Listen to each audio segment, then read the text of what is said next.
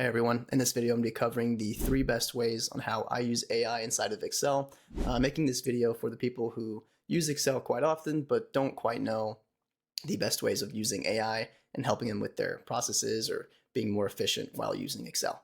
So if you don't already know who I am, my name is Elliot. I'm the CEO and founder of ManyFlow AI, which is my own AI automation agency where we specialize in helping businesses leverage AI tools and we create custom solutions just for them. So with that being said, let's just get into it. So the first solution I'm going to show off here is probably the one that, you guessed it, it's going to be the most basic one. It's going to be ChatGPT, but actually you'd be surprised that a lot of people don't actually know the power of ChatGPT when it comes to Excel. ChatGPT can write an entire VBA script. It can create nested if functions. It can create custom formulas inside of Excel. We're not going to get to that level of complexity, but I'm going to be showing you that on a much smaller scale. So if we're looking at our data here, we have the name, email, office, and salary. And let's say that for over here, so I have a drop down of France, United States, and Germany. Let's say I want the average salary by office, and we don't quite know how to do that. So we're just going to jump into ChatGPT here, and we're going to say, I need help with Excel. Here is my data. So I just copy and paste here. I'm going to also give it some context on this data. I'm going to say the range is D4 to G24. I need a formula that takes the average salary by office location. And then we're also going to say the office data is in column F and the salary is in column G. Now, and the nice thing as well is that we could see we have a screenshot of what we copy and paste inside of Excel. It's kind of a nice little thing that ChatGPT does. And right here we have the output from ChatGPT. So it gave us 3 different formulas. Now the reason why it gave us 3 formulas here is because I didn't specify that we were using a dropdown. So they just hard-coded each country here. So I'm just going to copy one of them. I'm going to go back here. I'm going to paste it in. We're going to double tap here. And we can see that it did successfully take office and salary. The only issue is that this is not dynamic. So we're just going to remove the hard-coded United States in here and click on our dynamic cell. Click enter. And then now when we click the drop down, we select different countries, it will be dynamic. So that was just an issue on my part telling ChatGPT or not letting ChatGPT know that, hey, I'm using a drop down cell. So we can try to change that for our next formula here. Here we want the employees that work, a list of the entire employees that work for the France office. So this is like, if we don't actually know what formula to use here, this is why ChatGPT will save us an enormous amount of time instead of just going to a team member, coworker, hey, how do you do this? And just spending a lot of time figuring it out on your own. Just head over to ChatGPT and ask it what you're trying to do. I need a list of all employees that work per office. I need a formula. A lot of typos here. I need a formula that filters all the employees based off of the office location. I need it to reference cell, and then we're just going to take a look at our cell that's dynamic, and that's cell I12, I12, which is a dropdown. And then the last thing we're going to say is the employee names are in column D.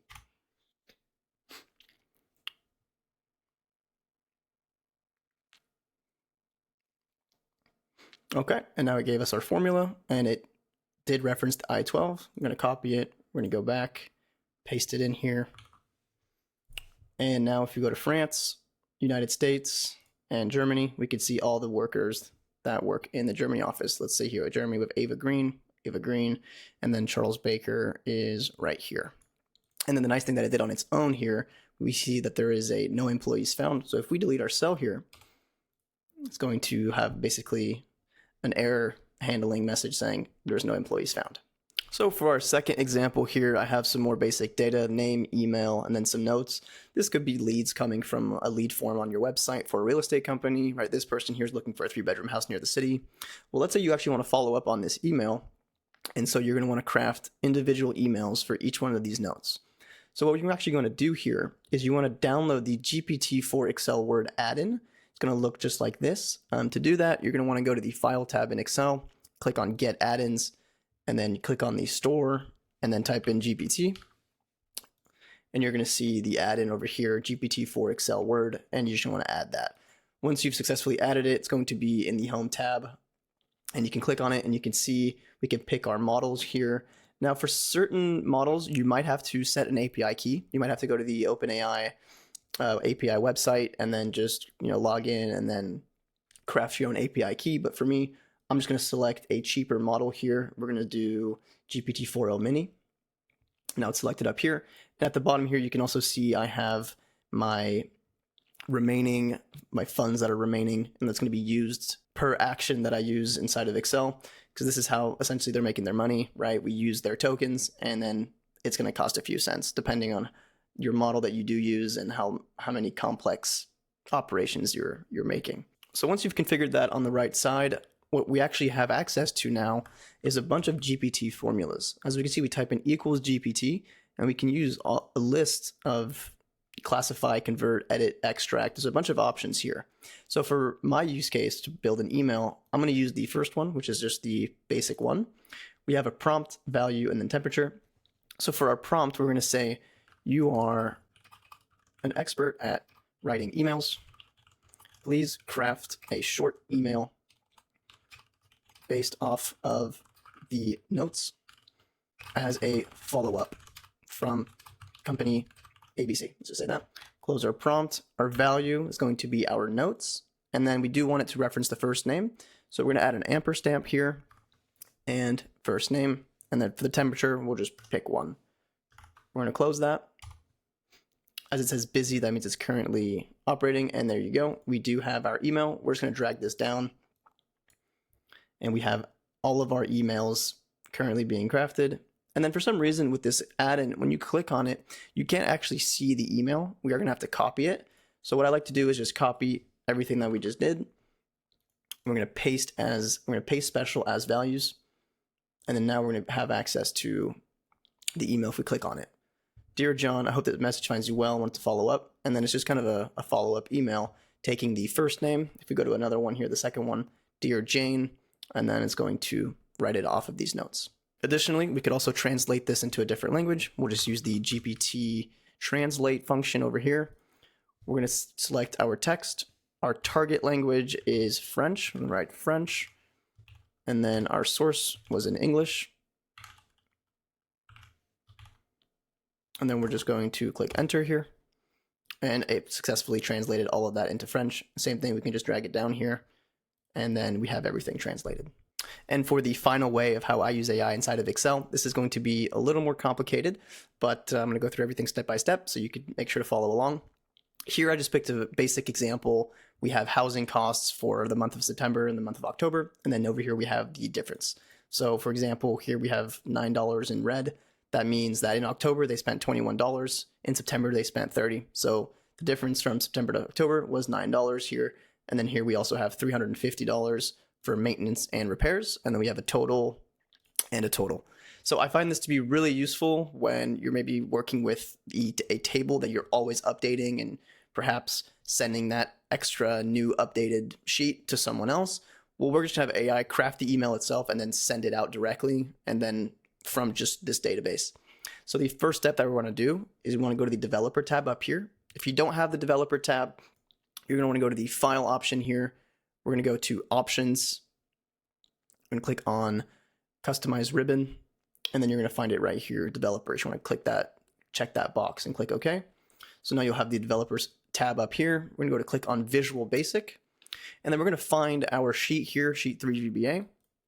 And we're going to paste in this code here. And I got this code from ChatGPT. I asked it exactly what I wanted to do, and it just crafted this code. Now, the thing that you are going to have to change here is definitely the webhook, because that is going to be sending out to make.com, where it'll actually configure the email itself and send it out. If you want access to this code, just send me a comment, and then we'll find a way to send it to you. I don't have a Skool community or anything like that, so just leave a comment, and we'll send it your way. So once that's done, let's just exit this out. And then what we actually want to do here is trigger that code snippet. So we need to find a trigger for that webhook to send out. So what we're going to do here is go to the Insert tab. I'm going to draw a shape. It's going to be, let's just say, a rectangle here. going to draw this big button. I'm going to name it send report. And then we'll just do some quick formatting here. We'll just make it a little bigger. Maybe bold it. Send report. And so essentially when we click this button, it's going to be sending all that data over to make.com. But before we do that, we have to assign the macro that we just created. So click on assign macro. This is the code snippet right here. Click on OK. So now we actually have the button active. And before we click this button, we're going to do the configuration inside of make.com. So this is the scenario inside of make.com. All we do have to worry about right now is this webhook. This is going to be the webhook that we are going to add here. And then this is going to be the webhook URL that we are going to be pasting inside of that code snippet, so it knows where to send that data. So I just added a random webhook here. I named it Excel test, clicked on save. It gave me this. I copied a clipboard and I pasted it into my code. And what we can do here, we can just run this module only. So only my webhook is running. I'm going to go back to Excel. We're going to send our report. Data set successfully sent. Click on OK. We're going to go back to make.com. And as we can see, we have our bundled data for September, October, and our differences. And essentially, we're just going to do some parsing here. We're going to go to and make an array aggregator. We're going to parse September, October, and the differences. This is going to be transformed into a JSON module just for the AI to read data better. It's always better to transform it into JSON. And that's why here I have an OpenAI module. I gave it a rather simple prompt here. You are an expert at generating emails. Your task is to generate an email to Elliot. Do not add a subject. You are to analyze the following data, which is the JSON string from this module. I added a little bit more stuff here to make sure it's an HTML, and then I gave it a 500 tokens maximum. Click on OK, and then the last module is actually sending the email. Here I just gave it my personal email to send it to, but essentially you'd have the email from whoever you'd like to send the email to. And then I put a subject, expense summary, and the content of our OpenAI module. Click on OK. So now let's just run it into full effect. We're going to click on run once. Go back to Excel, send report. And I just popped open my email here 0 minutes ago. I just got it. Hi, Elliot. Hope this email finds you well. I've analyzed the housing costs, etc. And it just kind of gives us an entire analysis on everything. I don't have a signature here, so it's just going to say your name. And then we have a conclusion at the bottom telling us what to do, what we've done, and et cetera, et cetera. So that was the 3 ways on how I use AI inside of Excel. If you enjoyed today's video, just leave a like or a comment below. If this is something you want to see more of, figured I'd just make this for those Excel users trying to slowly get into the AI space and having Excel be a lot more easier for them. So with all that being said, I'll see you guys in the next video.